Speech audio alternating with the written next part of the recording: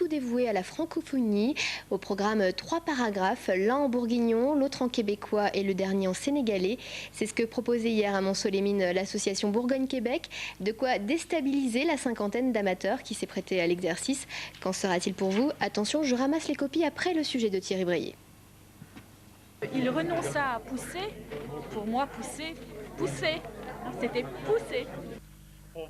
Et oui, au Québec ou au Sénégal, on parle aussi français. Mais est-ce bien la même langue? C'est là tout l'intérêt de cette dictée francophone qui a donné bien du fil à retordre aux apprentis linguistes. Ce qui m'intrigue surtout, c'est le capot de chat.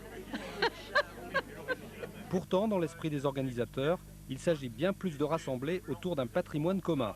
Dans les 3 paragraphes écrits pour l'occasion, en français du Québec, du Sénégal ou de France, Alexandre le Voyageur se promène dans les 3 pays. Finalement, les vrais problèmes qui leur ont été posés, c'est la langue française nationale qui est intercalée et dans laquelle ils avaient l'impression qu'il y avait plein de pièges. Et je pense que les 3 paragraphes se valent et invitent au voyage, bien entendu.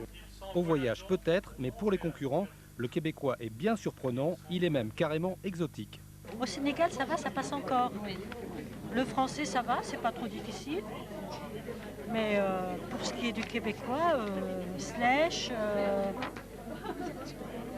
maringouin, aouta.